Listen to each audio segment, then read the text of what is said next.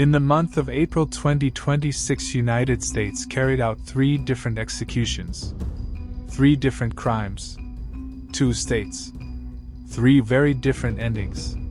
One had been sitting on death row for nearly 50 years, longer than some of his executioners have been alive. One burned his neighbor alive and walked out of her house with her car keys and ATM card. He died still swearing he didn't do it. And one? His own cousin confessed, on record, that he was the one who pulled the trigger. That he was the shooter. That he convinced his younger cousin, a man with 0 criminal history, to take the blame. Celebrities. Rappers. High-powered attorneys. Even the wife he married 16 days to his execution watched him die through the glass of a witness room. They all showed up fighting to stop that execution, but they couldn't. On April 30th alone, 2 executions were carried out within the same hour, in 2 different states, while courtrooms were still scrambling to stop them. This video covers every single one. The crimes, the victims, the final meals, the last words, and the legal battles that went all the way to the Supreme Court in the final hours. So if you want the full, uncensored truth behind April executions, the good, the bad, and the deeply disturbing, stay with me until the end. Number 1. Chadwick Scott Willacy. Age 58. State Florida. Chadwick Scott Willacy has just been executed in Florida for the crime he committed in 1990, when he was 22 years old. The burning alive of his 56-year-old next-door neighbor on the 5th of September 1990. Before that afternoon, Willacy was a young man living in a modest neighborhood in Palm Bay, Florida, on a street called Jarvis Street, NW. He had no significant criminal history, just a handful of minor drug-related offenses in both New York and Florida. Nothing that would have raised any alarm to the people living around him. He lived directly next door to Marla Sather. According to investigators, the two had a prior dispute over money, a disagreement about payment for Willacy cutting her lawn. That tension in the background, minor as it may have seemed at the time, would later be identified as the lead-up to what happened that Wednesday afternoon. On the day of the murder, court records indicate that Willacy was under the influence of cocaine. He had no history of serious violence. He was not someone his neighbors would have feared. He was just a young man next door, until the afternoon he decided to break into the house beside his. On the morning of September 5, 1990, while Marla Sather was at work at Harris Corporation, Chadwick Willacy broke into her home next door. When Marla returned home during her lunch break, she found him inside. And the moment Willacy saw her, he knew he would be identified as the burglar. Willacy immediately struck her multiple times in the head before she could say anything with a hammer and a squeegee, fracturing her skull. The attack was ferocious, the kind of violence that speaks to pure panic, or pure rage, or both. But he wasn't done. He then bound her hands and ankles with wire and tape. She was on the floor of her own home, bleeding from her head, unable to move, unable to run, unable to call for help. Still, he wasn't done. Willacy attempted to strangle Sather with a telephone cord, and when that didn't work, he moved on to something worse. He then took her car, with a for sale sign still in the window, and drove to a nearby ATM machine and withdrew $200 with her debit card. Surveillance footage captured a person matching his description at the ATM around the time of the murder. After that, he returned to the house. Back inside, he poured gasoline over Marla's, removed the smoke detectors from the walls, placed a fan near her feet to supply airflow to the fire, and set the house alight. He then stole her car along with other items from the home and drove away, abandoning the car approximately 2 blocks from the crime scene. The autopsy later confirmed that Marla Sather died from smoke inhalation. She was still alive when the fire was set. She was conscious, or at least breathing, when that fire reached her. Marla Sather was born in Minnesota in May of 1934.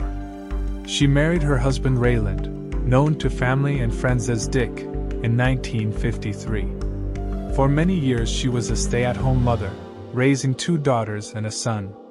Later in life, she went back to school. She earned her bachelor's degree from Western Illinois University at the age of 45, studying at night while working full-time. She later went on to earn a master's degree as well. By 1985, she and Dick had relocated from Davenport, Iowa to Palm Bay, Florida, where she had secured a position as a government contracts negotiator at Harris Corporation. In Palm Bay, Marlis was a consistent presence in her community. She sang in the choir at First United Methodist Church in Melbourne. She was a member of the Sierra Club and the American Association of University Women, and was active in her neighborhood homeowners association. She had 3 children and 3 granddaughters. Her husband Dick passed away from liver cancer in July of 1990, just 2 months before her murder. She had been living alone in the house on Jarvis Street when Willacy broke in. When Marlis did not return from her lunch break that afternoon, her employer contacted her family. Her son-in-law, Denning Loveridge, went to check on her on September 6th and found her body in one of the bedrooms. Her daughter Diana, who still lives in Melbourne today, spent the next 35 years watching this case work its way through the courts. Detective George Santiago led the investigation into Marlis Sather's death. When authorities arrived at the scene, they found the back door open, items of value left out on the porch, and Marlis' car missing.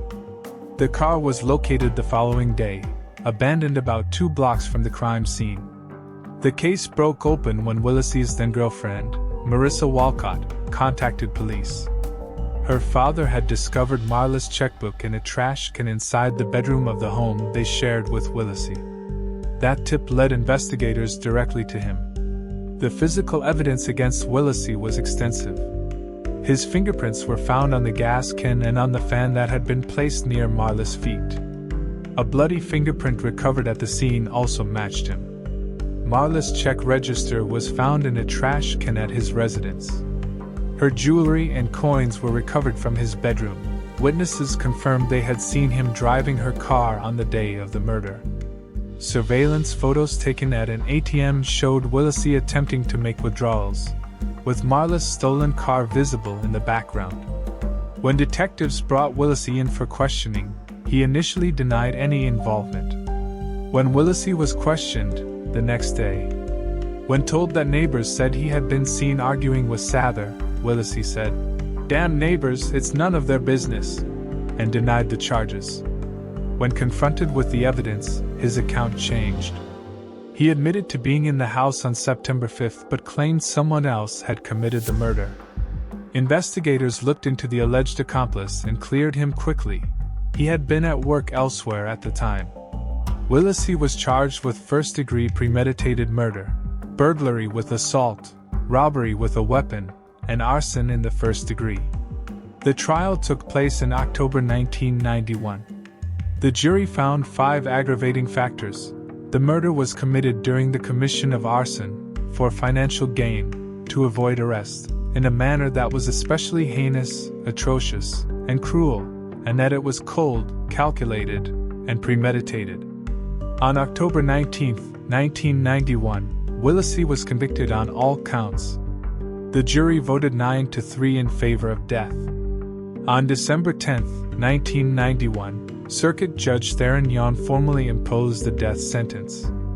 In 1994, the Florida Supreme Court ordered a new sentencing hearing, not because the conviction was in question, but because the trial judge had failed to give defense attorneys the opportunity to question a juror who had stated she could not support the death penalty.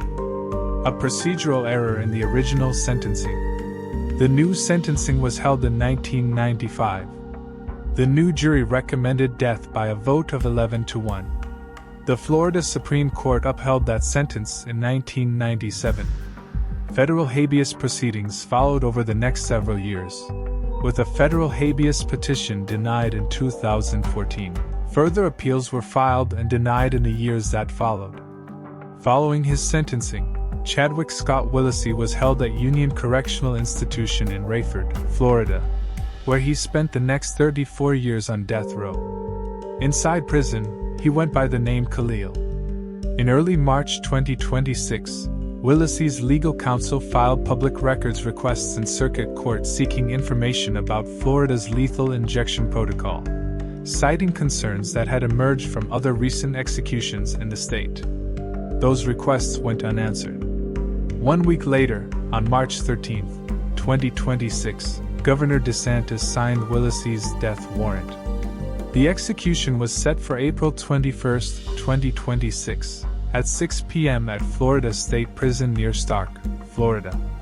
His attorneys filed appeals with the Florida Supreme Court, arguing against the execution on the basis of the lethal injection concerns and questioning whether the death warrant had been signed in direct response to the public records request. The Florida Supreme Court denied those motions. His legal team then filed a final application for a stay with the U.S. Supreme Court in the days leading up to the scheduled execution date. Several hours before the execution, the U.S. Supreme Court denied that application as well.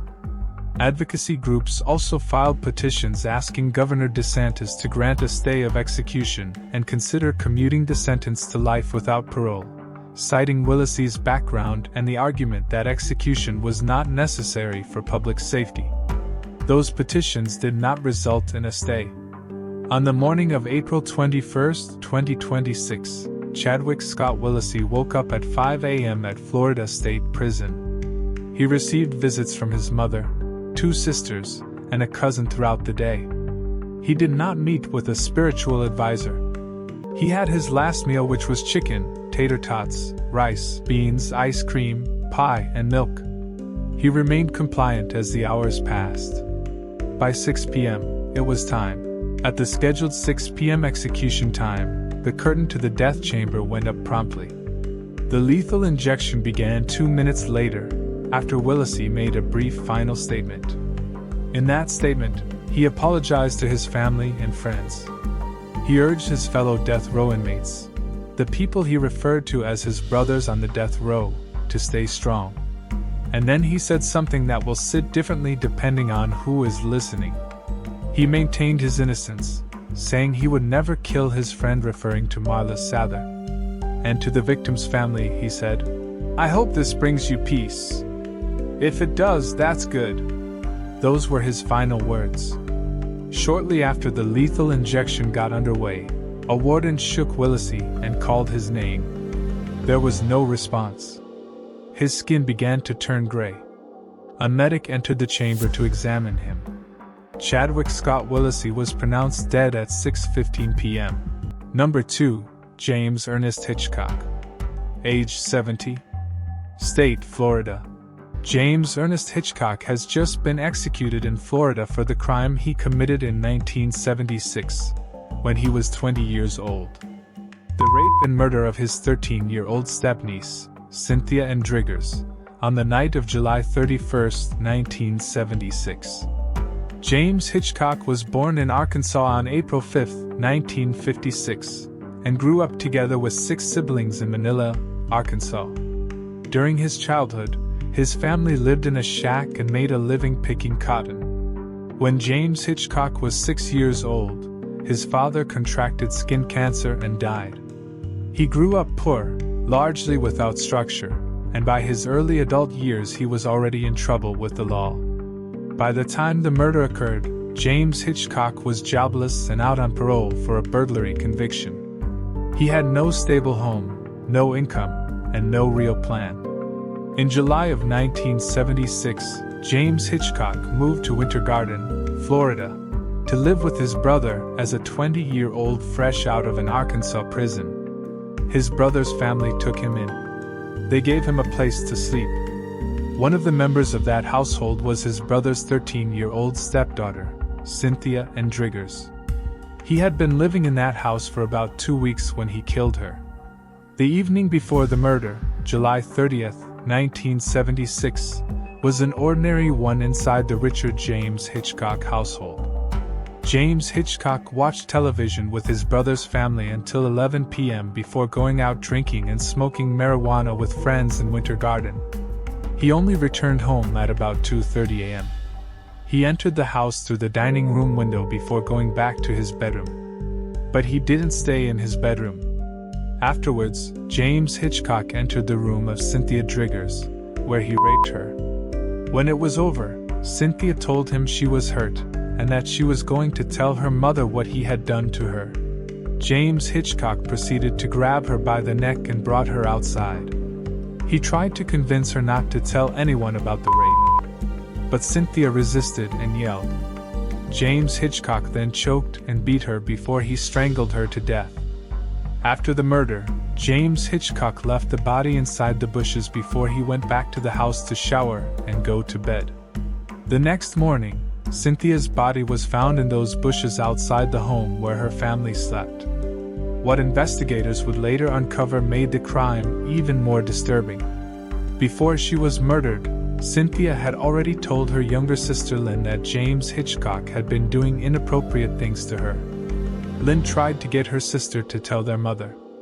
When they told James Hitchcock they were going to tell their mother what he was doing, he threatened to rape and kill both girls. He had been threatening them both before the night he killed Cynthia Driggers. Cynthia and Driggers, known to her family simply as Cindy, was 13 years old when she was murdered. She was the stepdaughter of James Hitchcock's brother, and she was sleeping in her own room the night he came into her room. Her younger sister Lynn Cobb was only 16 months younger than Cindy and was present the day of the murder.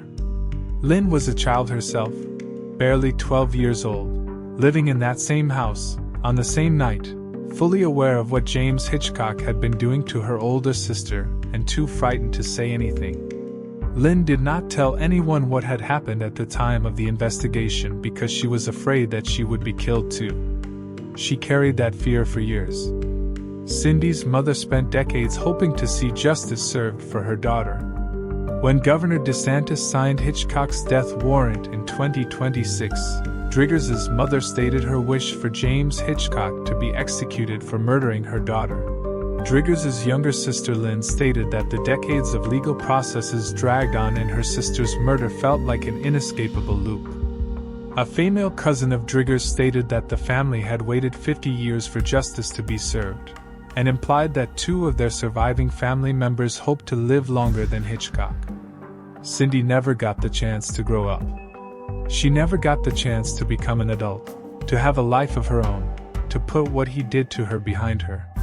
She was 13 years old, in her own bedroom, in the house where her mother slept. And the man her family had brought in off the street walked into her room in the middle of the night, and took everything from her. The body was found and James Hitchcock was arrested as a suspect the next day after the murder. He was formally charged on August 5, 1976, 5 days after the killing.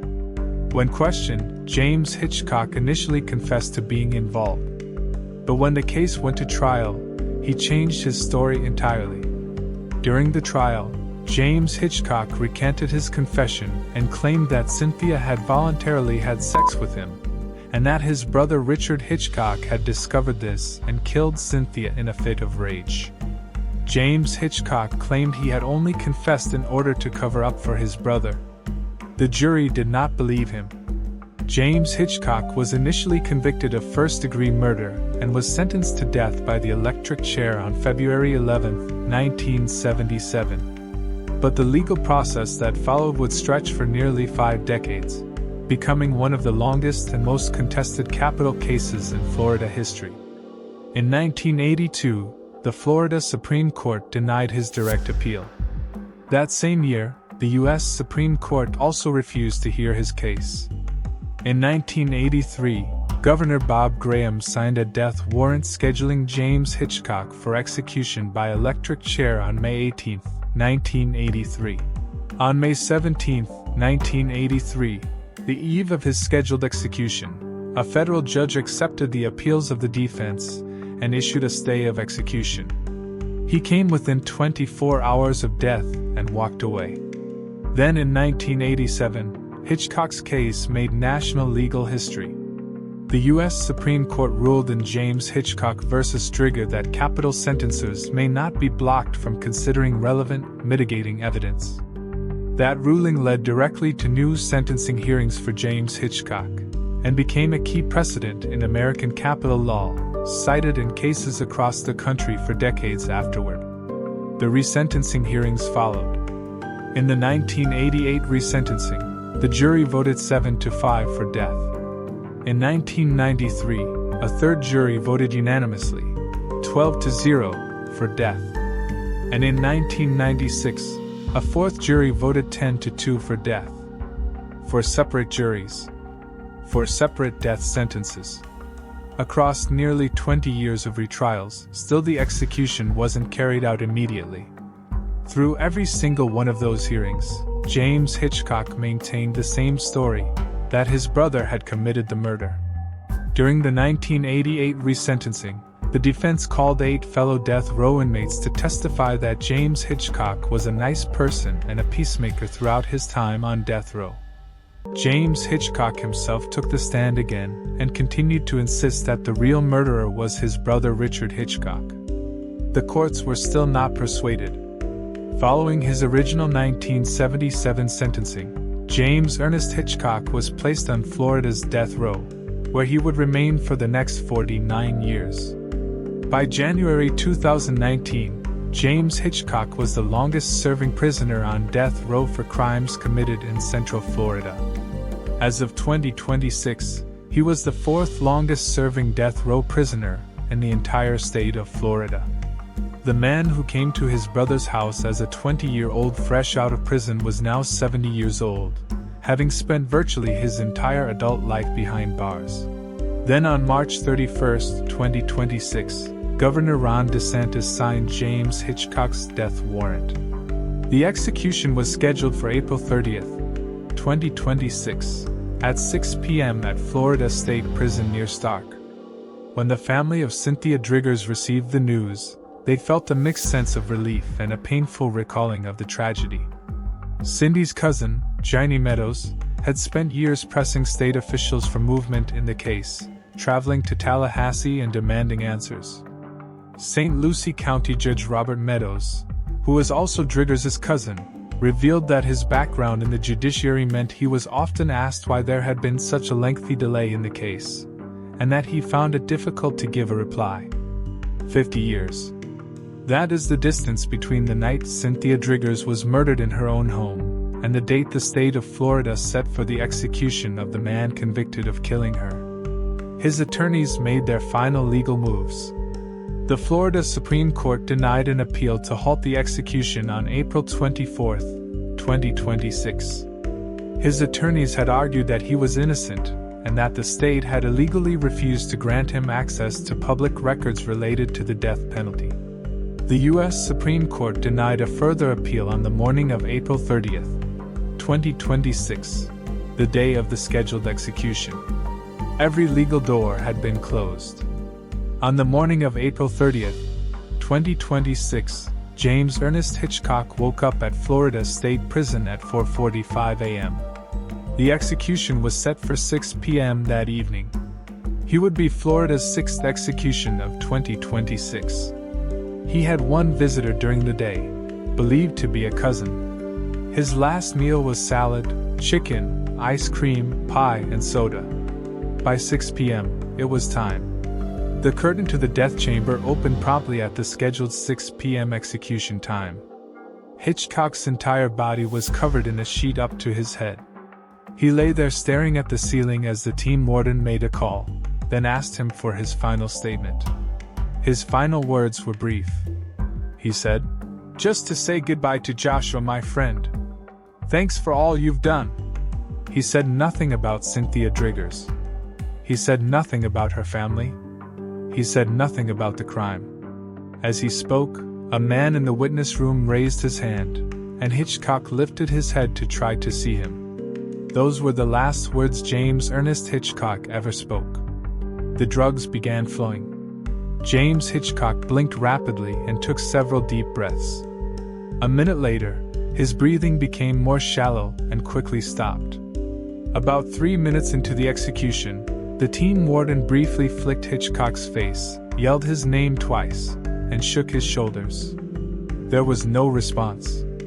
His face slowly turned ashen, his lips purple. 28 witnesses watched from nearby. Not one of them visibly reacted. A doctor entered the chamber 11 minutes into the execution. He checked Hitchcock with a stethoscope, shone a light into his eyes, and then nodded at the team warden.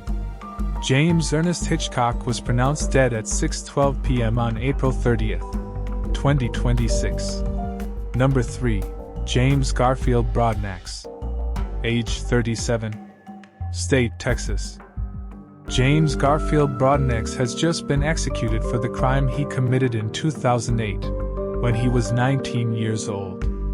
The robbery and fatal shooting of two men outside a Christian recording studio in Garland, Texas on the night of June 19, 2008. Before that night, Broadnax had no criminal record. He was working as a kitchen worker at the time of the crime. But the life that led him to that parking lot in Garland had been one of deep instability from the very beginning. Broadnax grew up in Texarkana, Texas, in what court documents describe as a crack-infested housing project. His father was not part of his life. In fact, Broadnax only recently learned his father's identity. His mother, Audrey, struggled with severe substance abuse and a series of volatile relationships. The family survived on food stamps.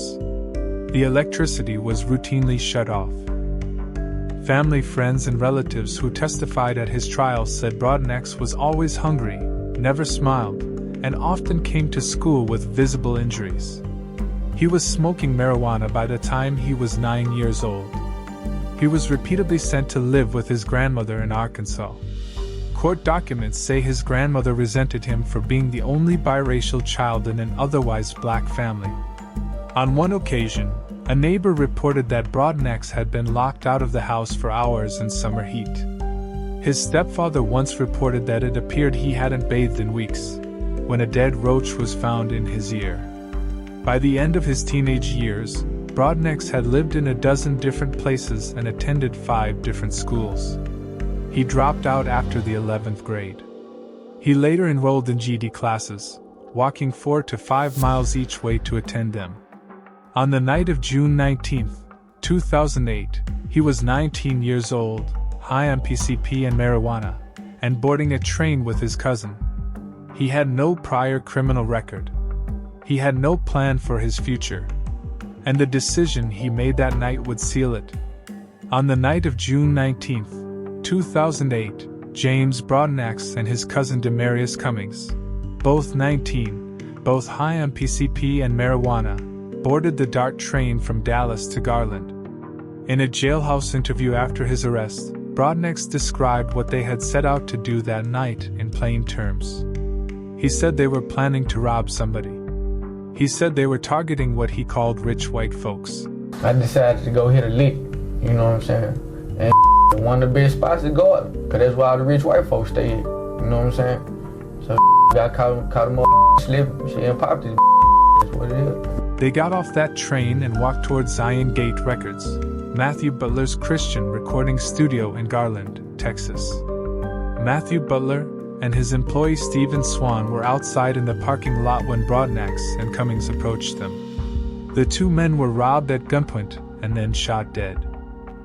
2 men were dead at the parking lot. A gun. And $2. That is all Broadnax and Cummings walked away with from the robbery. They also took Stephen Swan's 1995 Ford Crown Victoria. At around 1:20 a.m. a passing bicyclist found Butler and Swan lifeless body. Both had been shot several times on the sidewalk in front of the Zion Gate recording studio, a music business specializing in contemporary Christian music that Butler opened in 2005 and where his friend Swan worked as an engineer. Broadnax and Cummings were arrested shortly after the murders, caught 170 miles from the crime scene. As noted, Broadnax confessed to the shootings in televised jailhouse interviews, telling reporters directly that he had pulled the trigger and expressing no remorse. Blank you know what I'm saying, and shot him. Like, stumbled back, shot the driver. He hit the ground, you know what I'm saying, but he like leaned up like he was finna try to get back up. So I shot him in the head. Then his homeboy I shot his again, you know what I'm saying? But he was still trying to run off, but I knew he was gonna die anyway, but just to make sure, pop, shot his like, you know what I'm saying, twice in the head or whatever. Me and my kinfolks ran their pockets, you know what I'm saying? He jumped in the driver's seat, I jumped on past the side, and we dipped out. How much money did you guys get? No, he had $2 in his wallet, you know what I'm saying? I don't want life. You don't want life. Pick one. If they don't, I will. How do you feel today, Mr. Cummings? I feel real bad. You know, I feel that was wrong what we did, you know. I know how their family feel about it, you know what I'm saying? So how do you feel now? You know what I'm saying? I kind of regret what I did, but shit can't change. I know you was crying though. What do you want them to know about you? I want them to know I didn't kill nobody. I didn't kill her husband or whatever, you know what I'm saying? But you do admit you contributed to it. Yeah, I contribute to it, but I didn't kill him though. You sorry it happened, sir? Yeah, so. What do you want to say to the families of the two men you killed?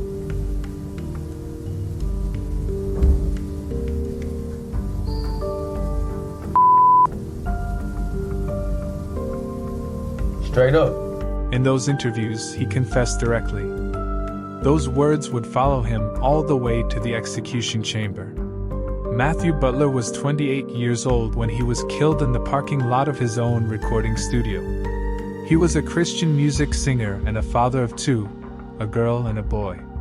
He had built Zion Gate Records himself, a studio dedicated to Christian music in suburban Dallas. His wife, Jamie Cole, who had been married to Matthew for 3 years at the time of the shooting, later described him as a playful man who approached life with a joke or a game, always within reach. She said they had met at church. Their days were spent having fun and singing worship songs together. Matthew had been diagnosed with bipolar disorder in his teens, which made it difficult for him to hold a steady job. Music was where he found his footing, and owning the studio gave him the flexibility he needed. It was his dream, built with his own hands. He was killed in its parking lot. Stephen Swan was 26 years old. He worked for Matthew at the studio. His parents, Jean and Craig Swan, remembered their son as a brilliant young man, both an engineer and a musician. It's hard to say how good he was, his mother Jean said at the time. Both men were killed for just $2. Matthew Butler's mother, Teresa Butler, spent the 18 years that followed watching the case move through the courts and pushing for the sentence to be carried out. She was still fighting for her son all the way up to the week of Broadnax's execution. Broadnax and Cummings were both charged with capital murder. The cases were tried separately. At Broadnax's trial, prosecutors built their case around his confession, physical evidence, and eyewitness accounts. During the punishment phase of the trial, when jurors decide between life and death, prosecutors introduced more than 40 pages of handwritten rap lyrics that Broadnax had written before the crime. In Texas capital cases, juries must determine whether a defendant poses a continuing threat to society, known as future dangerousness, before imposing the death penalty. Among the lyrics read in court are: Fade M, tape M up, I hit M later, I am so high up and cloud proof. Like a skyscraper, hog tie M and body bag M, send them to the mayor, then I bomb the whole country, send the press, the paper. Another verse, reportedly written while already in jail, was presented during closing arguments. Hold up, stop and rewind a little story while I'm in this bitch, yeah. I hit the lick, I got 2 murder charges on me, I might just go to the judge and tell him I'm going to murk him, because I'm JB. They described the lyrics to the jury as gangster rap and argued they were evidence of his future dangerousness, a legal requirement under Texas law that must be established before the death penalty can be imposed. The jury requested to review the lyrics twice during their deliberations, including shortly before they voted to sentence Broadnax to death. Broadnax was convicted of capital murder and sentenced to death in 2009 at 20 years old. Demarius Cummings, tried separately, was also convicted of capital murder. The Dallas County District Attorney's Office did not seek the death penalty for Cummings. He was sentenced to life without parole. 2 men. Same crime. Same night. One facing death. One serving life. That disparity would become a central point of dispute in everything that followed. James Broadnax was sent to the Allen B. Polunsky Unit in Livingston, Texas death row, in 2009. He was 20 years old. He would spend the next 17 years there. Right after his arrest, before the trial even began, Broadnax had been placed on suicide watch and diagnosed as suffering from severe psychological distress. He had told people at the time that he didn't care if he lived or died, that his past had been so painful he had no desire to find out if the future held more of the same. I don't want life. You don't want life. Pick one. If they don't, I will. His lawyers would later argue that this state of mind explained both his actions that night and his willingness to confess so openly on television. But the man who went into that prison at 20 years old was not the same man who sat on death row 17 years later. Over the course of his time at Polunsky, Broadnax found Christian faith and dedicated himself to self-improvement. He was selected for a competitive faith-based rehabilitation program inside the unit, reserved only for inmates with a sustained record of good behavior and demonstrated commitment to change. Within that program, he taught classes on conflict resolution and spirituality. He worked to mediate tensions between inmates and prison staff. A fellow inmate in his unit was quoted as saying that if it came down to one of them receiving clemency, he would pick Broadnax every time. And then, in the final weeks of his life, something remarkable happened. While researching American death penalty cases at the Polunsky unit, a UK-based law school graduate named Tiana Krasniqi came to learn about James Broadnax and his case. Over time, what began as research became something deeper. The two began corresponding. A relationship developed, one built entirely through letters, phone calls, and visits separated by a clear panel of glass. Tiana later said, "It was never the intention to be in a relationship with somebody on death row. Our wedding keeps being pushed. It's not easy to get married to somebody in a Texas criminal justice system. But we're hoping to get married. It has been a lot of working hard to ensure that James gets his justice really in a way in terms of obviously with the new discovery that's incredible because I've always believed in James. But she believed in him. She believed in his innocence. And she believed in who he had become." Getting married inside the Texas criminal justice system is not a straightforward process. The paperwork, the approvals, the logistics of arranging a ceremony inside a maximum security prison. Tiana described it as months of working hard just to make it happen. The wedding kept being pushed back. On April 14, 2026, just 16 days before his scheduled execution, James Garfield Broadnax and Tiana Krasniqi were married at the Allen B. Polunsky unit in Livingston, Texas. They exchanged vows separated by a clear panel of glass. She became his wife. He became her husband. 16 days before the state of Texas was scheduled to take his life. Meanwhile, his legal team was making its final moves.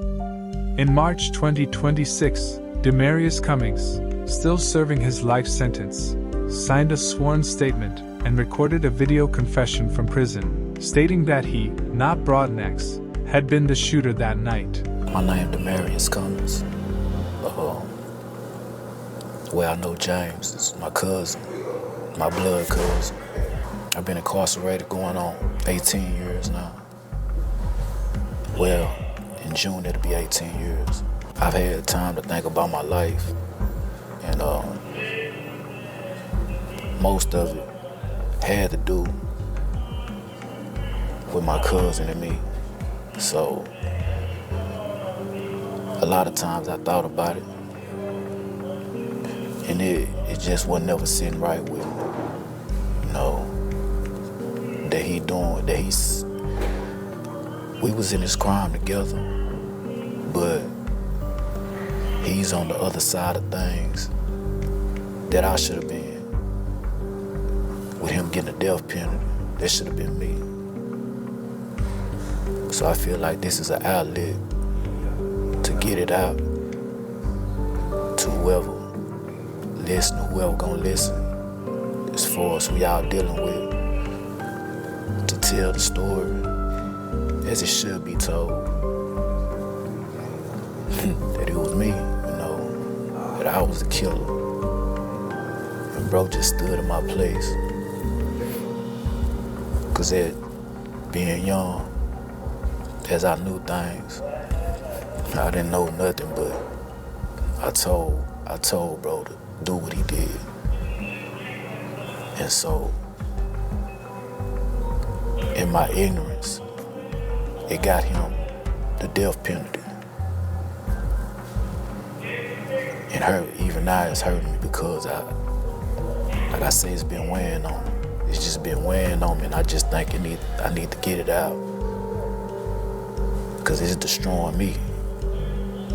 Even at this point, I'm under behavior management.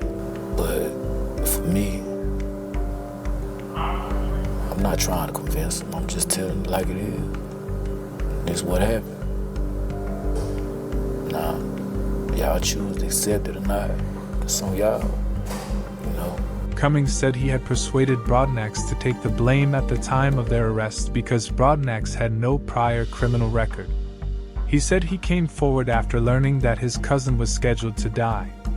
Broadnax's attorneys took that confession to the Texas Court of Criminal Appeals in March 2026. The court rejected the appeal on April 7th, ruling that his lawyers should have raised the issue in an earlier appeal. The attorneys then filed with the U.S. Supreme Court, also arguing that DNA evidence supported Cummings' confession. Only Cummings' DNA had been found on the murder weapon and in the pocket of one of the victims, not Broadnax's. The case attracted national attention.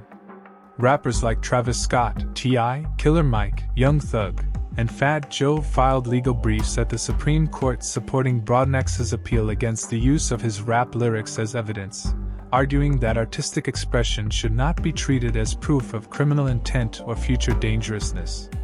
Legal scholars and civil rights organizations also joined in. On April 27, 2026, the U.S. Supreme Court denied 2 of Broadnax's appeals without comment. On April 29th, all 7 members of the Texas Board of Pardons and Paroles voted against both a commutation of his sentence and a 180-day reprieve. Teresa Butler, Matthew Butler's mother, responded to Cummings' confession directly, saying the so-called confession from Cummings is just a stall tactic by Broadnax's desperate defense team, saying it's all a lie. On the morning of April 30th, 2026, the U.S. Supreme Court denied Broadnax's final appeal. The execution would proceed.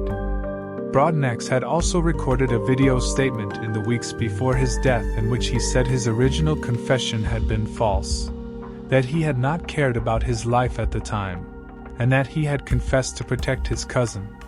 He apologized to the families of Butler and Swan for his role in the robbery. "I wish I could show them my soul, so they could see just how sorry I am," he said. "I am very much remorseful for everything that happened." His last meal is not reported. On the evening of April 30th, 2026, Broadnax was transported to the execution chamber at the state penitentiary in Huntsville, Texas. The execution took place at the state penitentiary in Huntsville, Texas on the evening of April 30th, 2026. 7 relatives of the victims were present in the witness room, including the parents of both Matthew Butler and Stephen Swan. Broadnax's wife Tiana was also among the witnesses. When asked by the warden if he had a final statement, Broadnax spoke directly to the victims' families first. He said, "To the family, I prayed for years that any of my choices would create heaviness in your heart and burdens on your spirits. I prayed to God for your forgiveness. Despite what you think about me, I hope to God that prayer was answered. But no matter what you think about me, Texas got it wrong. I'm innocent. The facts of my case should speak for itself. Period. Let this moment be what finally sparks the revolution that will be televised. None of it was worth it. Queen Emmett, I love you. My promise still stands, I always will. As the lethal injection got underway, his wife Deanna screamed, "I love you," from the witness room. Broadnax did not respond. James Garfield Broadnax was pronounced dead at 6:47 p.m. on April 30th, 2026. He was 37 years old. He was the third person executed in Texas in 2026. Leave me in the comments what you think about these cases. Was justice served or not? Additionally, in the description, you'll find a compilation of all the executions carried out so far in 2026, as well as other execution videos that took place in the past.